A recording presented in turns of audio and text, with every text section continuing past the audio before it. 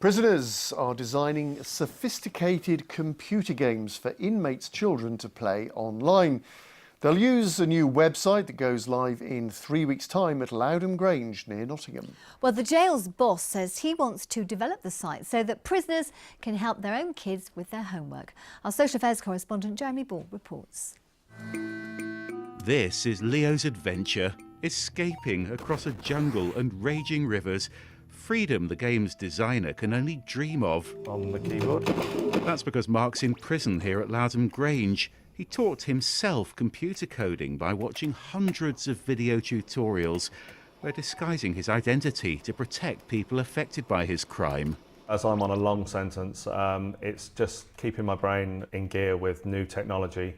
I never thought I'd be able to make something as sophisticated as I've made now from the early days of learning, say, like how to move a square on a screen. It's a great deal of satisfaction from knowing that I've created something that's going to go onto a website that's going to be played by children and families probably all over the country. The designers might be behind bars, but don't expect to find computer games like Grand Theft Auto here. That's because they're being vetted by prison staff before they're released on a new secure website. It'll be available to inmates' families from the end of this month. I'm a guy that plays a lot of video games, and we could have games where the child could play, they could set a score, and then the parent could play and they could set a score, and then they could have that rivalry between them.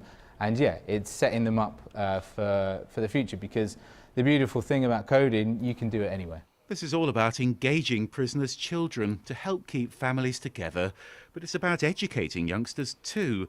This inmate's been designing games that teach spelling and maths.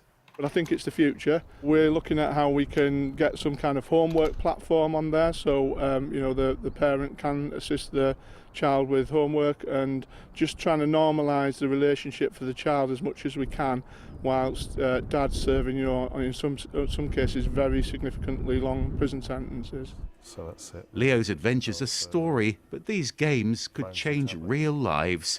A chance for men who've committed serious crimes to make a fresh start. Jeremy Ball, BBC's Midlands Today at Lowdham Grange.